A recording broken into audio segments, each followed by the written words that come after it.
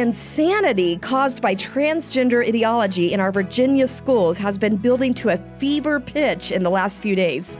Our legal team has gone to bat defending 3 Loudoun County boys, just high school sophomores, who discovered they were secretly recorded by a girl identifying as a boy in their locker room. At the same time, a battle is brewing at the State Department of Health level over proposed regulations to protect girls' sports. But there's a short window of time for you to make a difference on all of this. We'll tell you all about it. From the Family Foundation, I'm your host, Candi Cushman.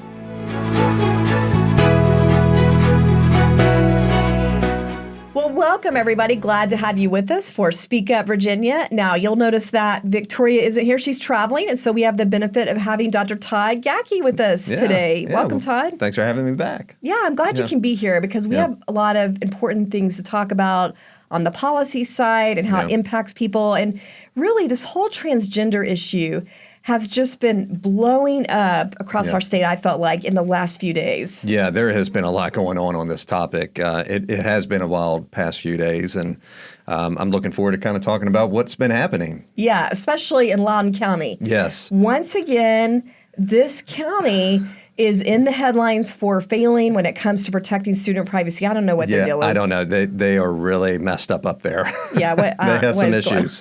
All right, well, before we get into that, because we have so much insanity to talk about, I thought it would be good to start out with a little bit of levity. And I thought it would be fun to share with you guys. Some of you might have seen this thing that went viral with this precious little boy. He's so adorable. Having a choice. His dad gave him a choice between 3 Oreos and $10,000. So let's just see how that plays out. Have $10,000 cash, or, wait a minute, this, 2 out-of-the-box Oreo cookies. Huh? Are you sure? That's $10,000 cash. You want the Oreo cookies? Are you sure? Yes. Okay, go ahead. I mean, this little boy is so cute. You can just see everything in him, in his gut, wants to go immediately for the Oreos. Yeah. Hey, if I was in his shoes, I totally would have gone for it. I still do. In fact, don't say that, Todd. No, every night, it's a running joke in the house, I have 2 cookies and a glass of milk. Are you serious? Yeah, I watched a video clip on the news. It was a gentleman who was having his 90th or 100th birthday, and they said, "What's the secret?" And he says, "I have 2 cookies and a glass of milk." So I took that advice. All right, what's your cookie of choice? It is Oreo. Yes. All right. But I'll take whatever's in the cookie jar. So we are looking at here Todd as a 5-year-old or 3-year-old, whatever age that is. This is Todd's. Personified. All right. Yeah. Well, seriously, though, I mean, I think this tells us something about the folly of a culture that tries to treat kids just like adults, like they have the same reasoning power as adults. Yeah, this is a really good illustration. You just cannot leave these significant decisions, whether it's gender ideology or whatever it is, sexual orientation. You can't leave these things up to these young kids to be making these serious decisions that parental supervision is needed. And at 4 years old, they can't tell us what their gender is at 4 years old. I think right now they're just choosing Oreos over money in this clip, and so, but yeah, we can't allow them to, their judgment is off. And so we have to be able to nurture them and direct them. I think this video helps us see really how wrong that is to do that to kids, to put that burden on them. But anyway, all right, let's talk about the insanity going on across our state, and we are going to start with Loudoun County. Okay. You know, they're under fire once again because, as I said, they have failed once again in this area of protecting students' privacy in the locker rooms. And this time, the case involves 3 Loudoun County high school boys. And these are just sophomore age. We're just talking like age 15. And just to give a real quick summary, and then we're going to get Todd's take, but just real quick summary, what happened is they found out that they had been recorded without their knowledge by a girl identifying as a boy in their own locker room. And so this is an interesting thing because, get this part, they're not being justified because they had their privacy violated. They are the ones under investigation, being targeted by their school district under a so-called, I guess, suspect of Title IX violation. Yeah. So it's completely inverted what it should be, and that's why our attorneys from the Founding Law Center, I think I said that, Founding Freedoms Law Center, they are defending these boys. We call them the Loudoun Three, the brave Loudoun Three. They are defending these boys as we speak. Yeah.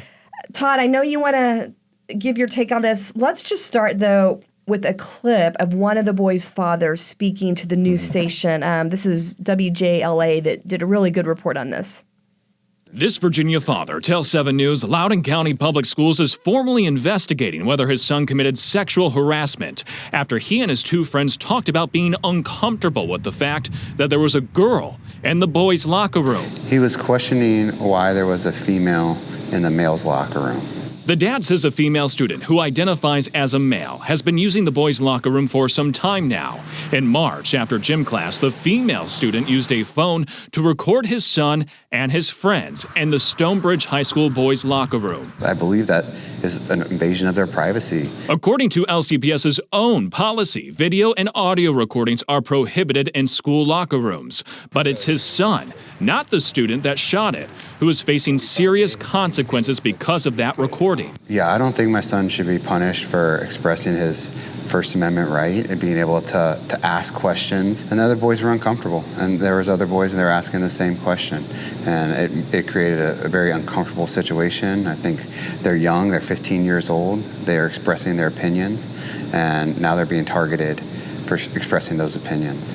So I can really agree with this father and what his frustrations are. As someone who has 2 boys who went through public school and high school, I instructed them when all of this transgender nonsense was starting to really bubble up. Yeah. I told them, I said, listen, if you were ever in a place where you were in a locker room or a bathroom and a female were to walk in there, to immediately just don't say anything, pick your stuff up and just leave.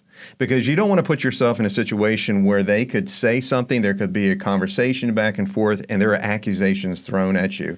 Or from a more spiritual standpoint, we know based on evidence of research that 80-90% of these individuals typically go back to their biological reality. So you don't want to have them thinking about a moment when they were in that space with them and they have guilt over that, relieve them of that and come out. But you want to avoid any chances of some type of altercation or accusations. And this is exactly what has happened. These young boys are in a situation because of an ideology being pushed in this school. They're now having accusations thrown at them. Well, the thing that stood out to me is this school, Stonebridge High School, is the same school, apparently, where you'll remember all that other Loudoun County controversy where there was a boy that went in the girls' bathroom, I think it was, and actually assaulted a girl. Yeah. So he went in the girls' bathroom, assaulted a girl in the girls' bathroom, and then the school transferred him to another school where, again, he assaulted another girl. Yeah. And so this is the same school where we had this whole thing that spurred all of the rallies. That I think this whole thing helped change an entire election, start a parental rights movement that, impacted an entire election. Why has Loudoun County not learned their lesson yet? That is a great point because this is a clear case of where ideology seems to trump any type of rational common sense, because you would think when that happened, you would change all your policies and you would do your due diligence to make sure it does not happen again. And yet here we are just a few years later, same exact situation, only, it's reversed. Now we're seeing that it's a biological female going into the boys' locker room. Yeah.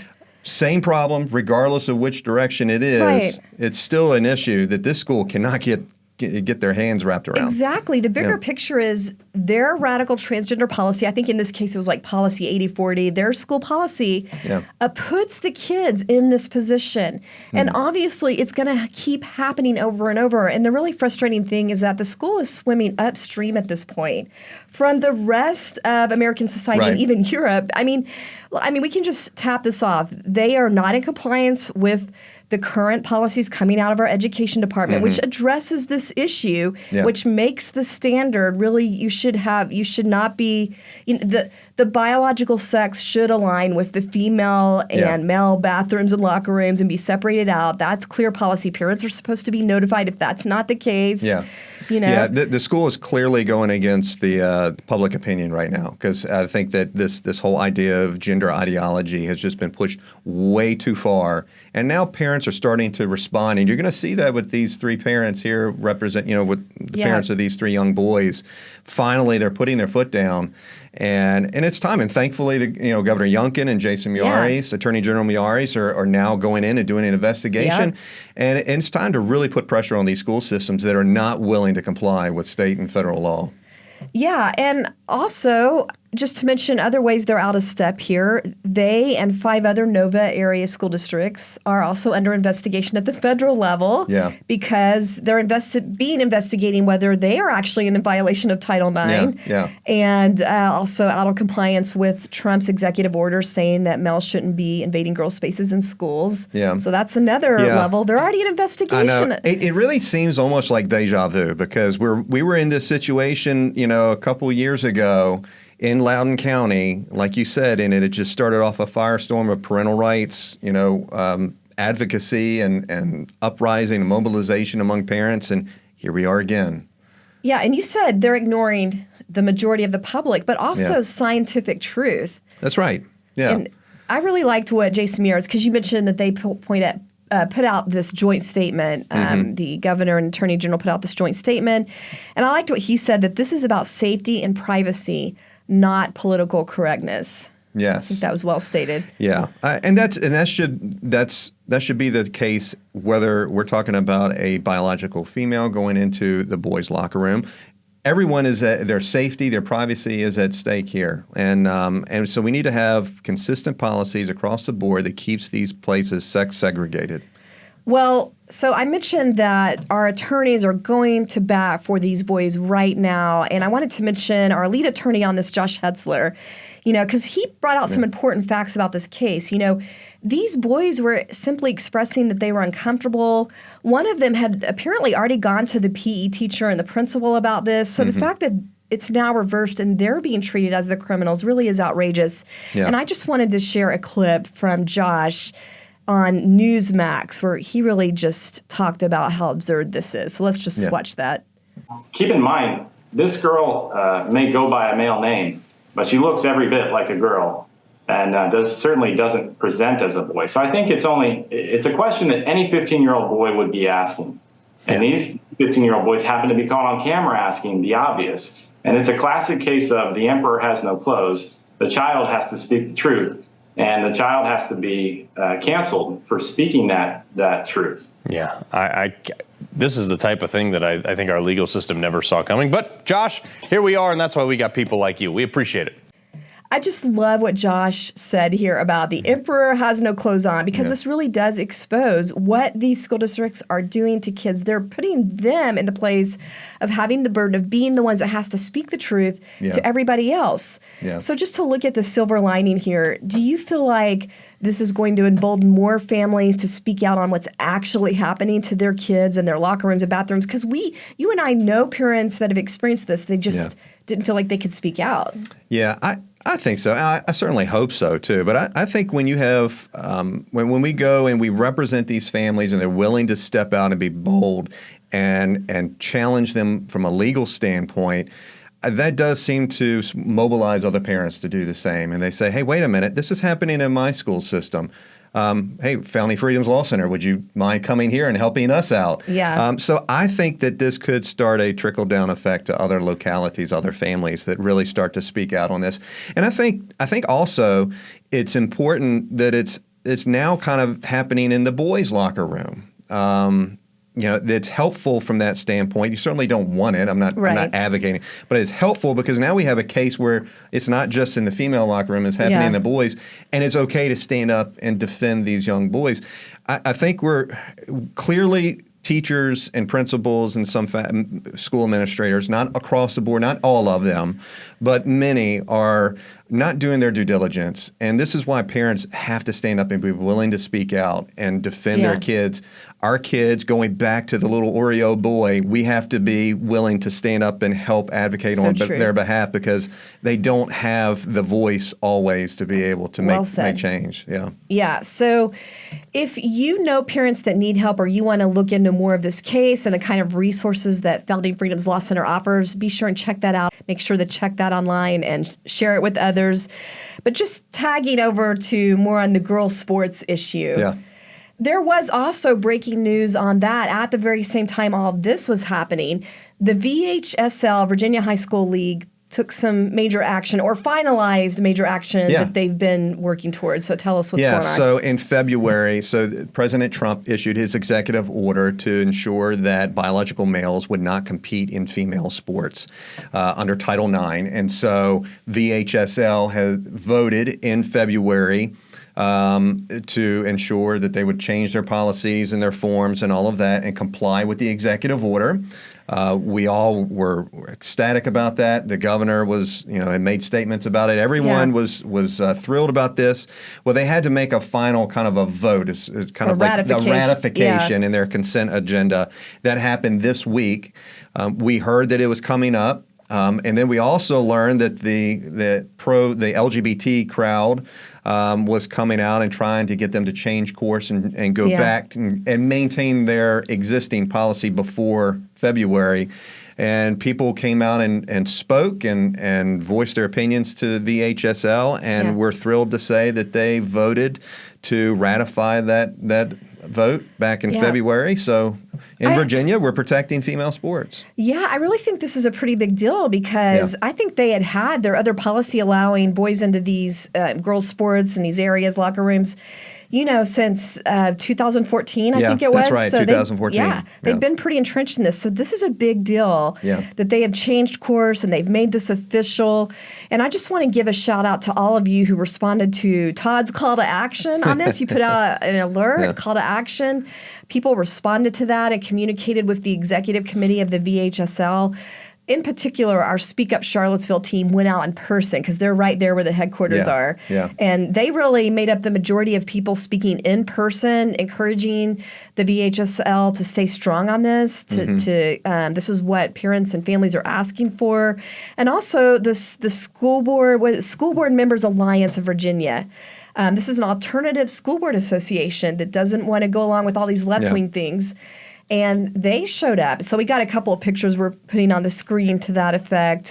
Okay, well, we need to realize that this still only affects really mostly the high school level, and there's still concern about girls in all the other areas, K through all the way up to college. A lot of them are still unprotected. But there's this other battle going on right now that we mentioned at the top of the show at the Department of Health level. Todd, help us understand, why is that so important, especially with the VHSL only really handling mostly high school, and then there are private entities, so they could reverse. How could what's going on right now really change girls' sports permanently? And tell us about that short window of time people have to take action. So what we wanted to do is try and put in something that's even a little bit more permanent. We're addressing this through the policies, through the VHSL. What can we do at the state level? And so the Board of Health, there's a petition to initiate a rulemaking process that would establish policies protecting female sports. And there's a public comment currently open. We have to get people to support this petition in order to get the Board of Health to move forward. And they have from May 5th until May 26th to go to the Virginia Regulatory Town Hall and to make comments on this petition for rulemaking. So we are already way past May 5th. We are. We have like a couple of weeks, maybe if that, by the time you hear this, by May 26th. So people need to act now. Right. We're going to go ahead and flash our Action Center website up on the screen, where you can take action at, as we're talking about this, go ahead and visit that. It's familyfoundation.org/protect our girls. But if you don't want to do all that, just go to our website and look for the Save Girls Sports banner right on the front page of our website. And it will click through. You will see 3 easy steps to add your public comment right now.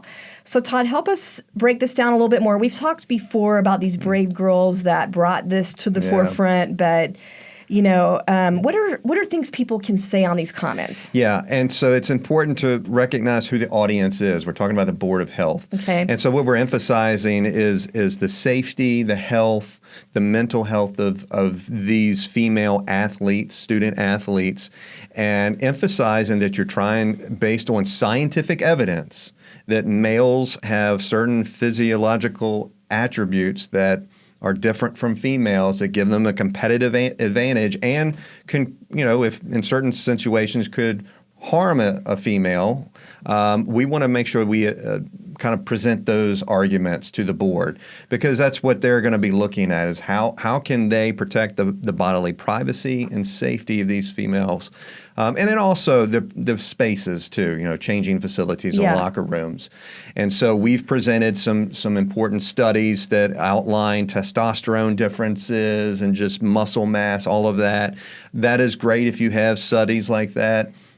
Examples of situations where maybe you're a female athlete and you got harmed, in the past.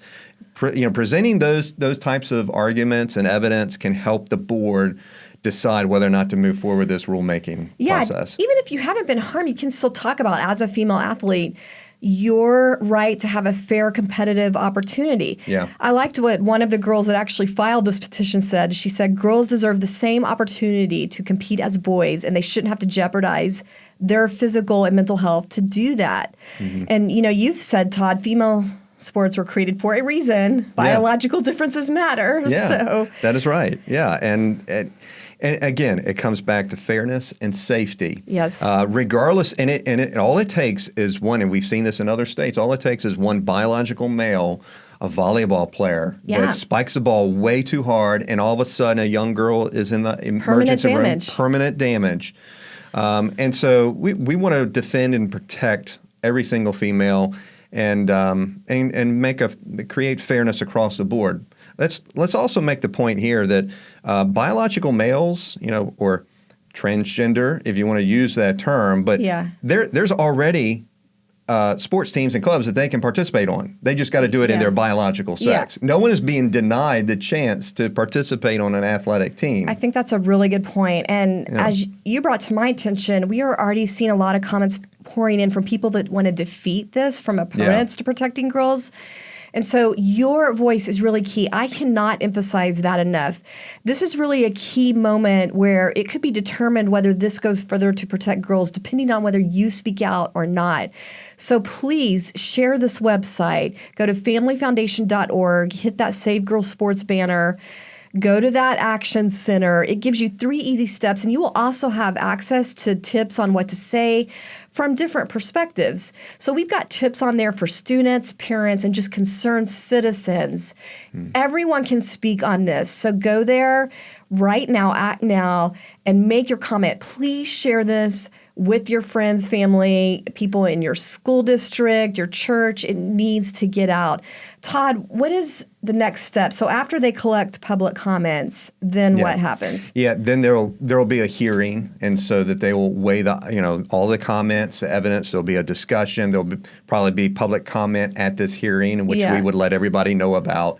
And then if they vote to approve that petition for rulemaking, then they have to go through the actual regulatory process. And that there are steps that are involved. You got to give it a little bit of time. The administrative process takes a little bit of time, but this is a critical step, because if we can at least get it into that process, the actual rulemaking process, then we're doing some good things here, and we're doing what we can to protect females. Well, we've had the victory with VHSL. Let's keep it going with this. Let's keep that going. Add your voice. I think it's important to realize that this could be what we need to really help girls get over those hurdles put in front of them by left-wing legislators who have refused to take action on this. We didn't even mention that they refused to even give Save Girls Sports a hearing.